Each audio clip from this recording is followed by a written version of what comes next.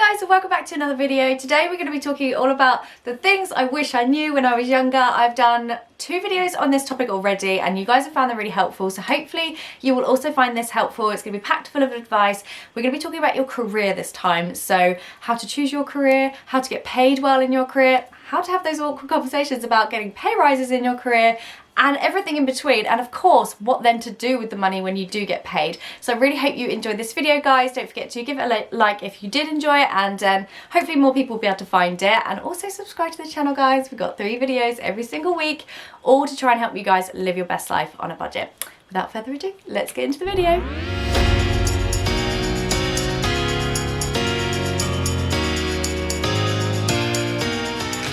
So I'm actually working with airwaves on this video, so I will share a little bit more about that later on in the video. Okay, so the first one is about choosing your career. So don't come out of college or school or uni thinking, I know, I'm going to be an electrical engineer, for example, because the chances are you probably won't have a clue what you want to do when you come out of your education. In fact, I didn't really know at all. I landed in a job that I was doing and I hated it, so I left, and then I literally got a job in something that was completely nothing to do with my education, and I ended up working in it for 10 years. So it's not something that you should know. It's definitely not something that you should know even as an adult. Like, I mean, do I even know yet? I absolutely love my job, but it's definitely not something I would ever have thought that I was going to be doing when I was this age. So don't put too much pressure on yourself to know exactly what you should be doing when you leave your education. Your path will completely change as your life goes on, so you know, you can't be expected to choose at 20 what you're going to do for the next 50 years. I trained as a chef, and as you know, I'm doing nothing to do with that now. So it's definitely a path that will have different routes and avenues that you will take. And the key thing is, I've actually taken some things from what jobs I've done in the past and I've used them. So I will have skills from being a chef. We did lots of profit and loss accounting, and we did lots of kind of hospitality management. So I take that forward into what I do now, even though it's like completely different. You'll always have transferable skills, so that's really important too. The next one is, don't be afraid to work for free when you're first starting out. And I know that might sound silly, and you might think, well, how am I going to pay the bills?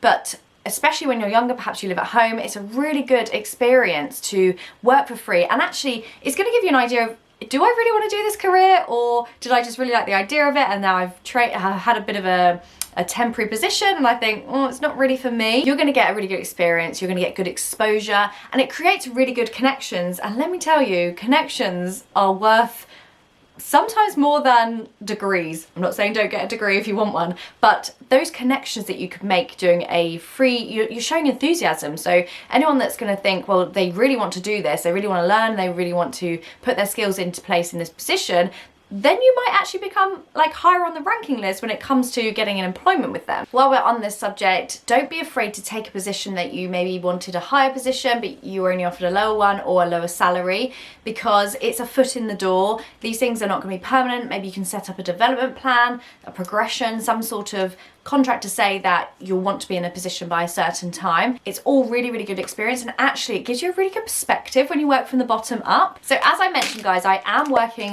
with airwaves on this video, and by the way, completely forgotten how refreshing they were. That menthol kick is like, just makes you want to like get all your jobs done. And this eucalyptus flavour is delicious. Anyway, I digress. So the reason I'm working with them on this video is because they've actually been the inspiration for me to share these tips with you and to actually come up with this video. They want to help people to think about changing things up for 2022 and encourage you if you're looking to make a new career move. A new year, new career. I use these on the go in my handbag. These are really good for your mask breath, by the way. And then at home, I always have one of these on my desk. I'd love to know if you learned anything from my video. Get involved in the comments, let us know, and let us know if you've got any career change stories as well.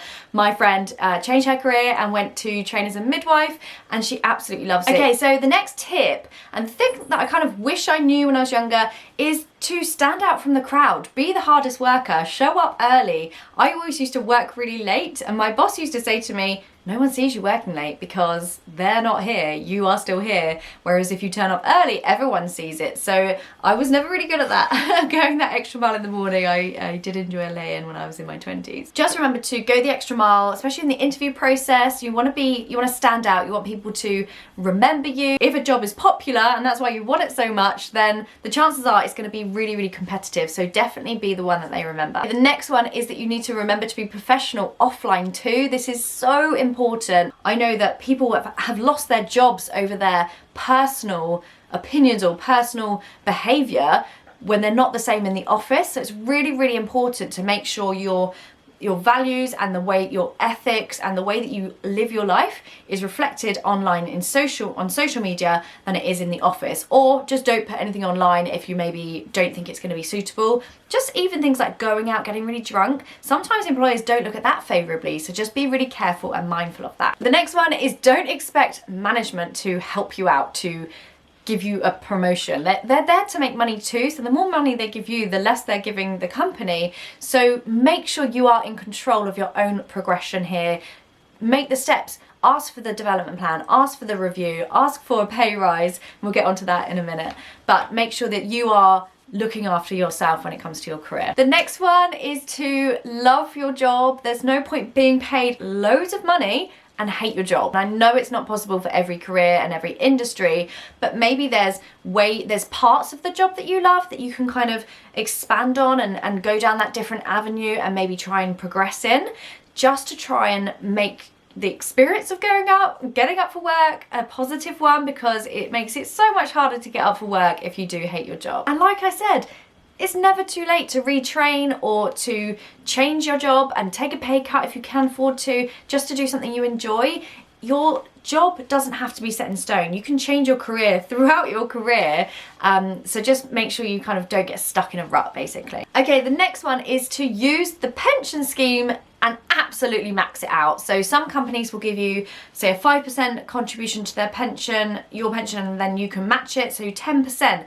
This is free money. This is like a non-negotiable. Yes, you might want that extra £300, £400 in your pay slip, but your future self will thank you when you have a lovely, healthy retirement pot waiting for you at the end of your career. So definitely max it out and make the most of it. If they're going to give you 2% and you have to put in 2%, but they also could give you 5%, go for the 5% if you can. The next one is to try and save as much money as you can when you're working. So especially for women, if you're taking maternity leave, if you choose to have children, you will be like so surprised when you go from having like your normal salary to then statutory maternity pay. I only ever got statutory. Some companies are really good with their maternity policy. I think it was about £550 a month, which obviously is, you know, pay for some people. But if you're used to getting a high salary and then you drop down and you still live like a normal life and you live within your means, it makes you realise how much money you might have actually wasted throughout your career. So if you can, be wise, be smart,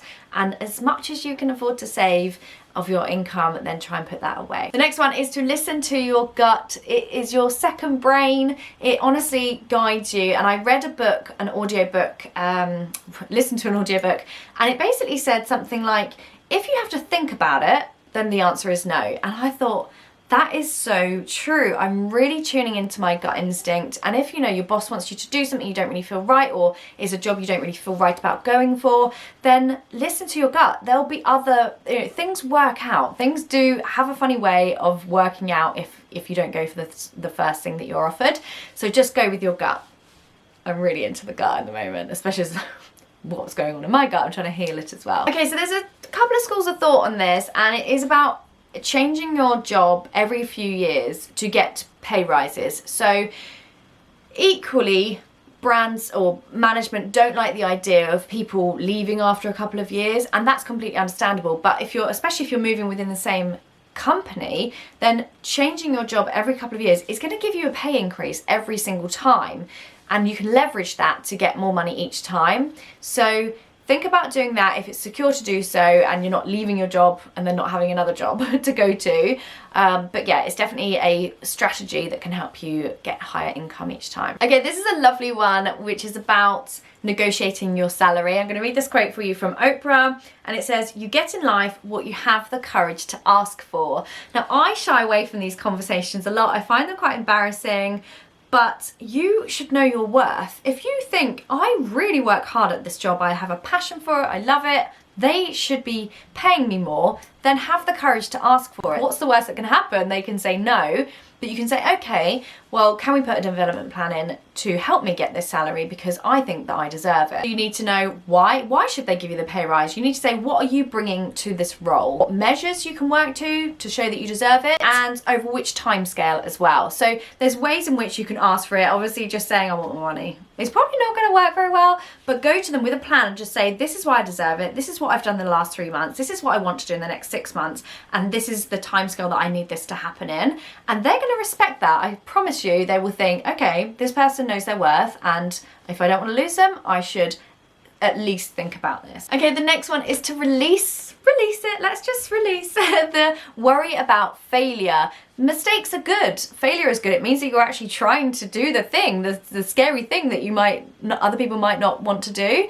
So don't be afraid of failure. It just means that you're pushing yourself outside of your comfort zone. Don't let the fear hold you back, because at least you're trying. Okay, the next one is don't be afraid to express your opinions and your ideas. It actually is really good to show that courage and to stand up for what you believe in. If you think, okay, this is not as diverse as I would like, this meeting or this my team, for example, don't be afraid to not speak up or to speak up about it, because that shows that you are brave and that you have guts. And actually, even if it comes to kind of like public speaking, don't be afraid to do a presentation, because this is all really, really good experience and exposure. It gets you seen by more people. And these skills are really, really important when it comes to progressing in your career. The next one is never stop learning. Just like the Airwaves video with lots of tools and tips for helping you progress in your career, always learn. Listen to podcasts, listen to audiobooks, read notes on the internet. There's lots of ways that you can learn and take lessons, even go and do a course or something. Maybe you want to learn more about mental health, and you could then add that to string to your bow, and you could be a mental health first aider or something. Never stop learning. Okay, this is really important and really good, is always be nice, always be professional. You never know. What's that saying? Be careful who you wrong on the way up, because if you come down, you'll probably come across them again. And it's so true. So for example, I worked in IT for 10 years, maybe 15 actually, and I work with people now that I used to work with in IT in a completely different industry, in a completely different job, and they're in a meeting with me. I'm like, I know you. So always remember that being nice, being kind, being professional will go a long way, because you may well come across these people that you think, I'm never going to see this person again, I'm going to be rude to them, that actually you could put yourself in an unfavourable position. So, you know, it might well be that that person remembered you from your previous career, and they might be putting you forward for a job or putting you forward for promotion, and they remember you and you were kind to them and nice, then you're going to stick in their mind a lot more. Okay, the next one is know your value. Don't let other people's opinions of you devalue yourself. As long as you know that you are hardworking, professional, kind, and a nice person, then don't let other people's opinions get you down. If they say, oh no, you wouldn't be any good at that job, don't go for that. Or you might be a shop assistant and you want to go for a management job, and they think, oh no, you don't want to do that because then you have to work weekends, or you'd have to, you know, don't let other people's opinions stop you doing what you want to do. Believe in yourself and know your worth. So I really hope this video has been helpful for you. Let me know in the comments if anything stood out to you, or maybe if you've got any tips. That'd be amazing if you'd like to share. So hopefully you guys have got some value. I really appreciate you being here, and I'll see you so soon. Take care, bye.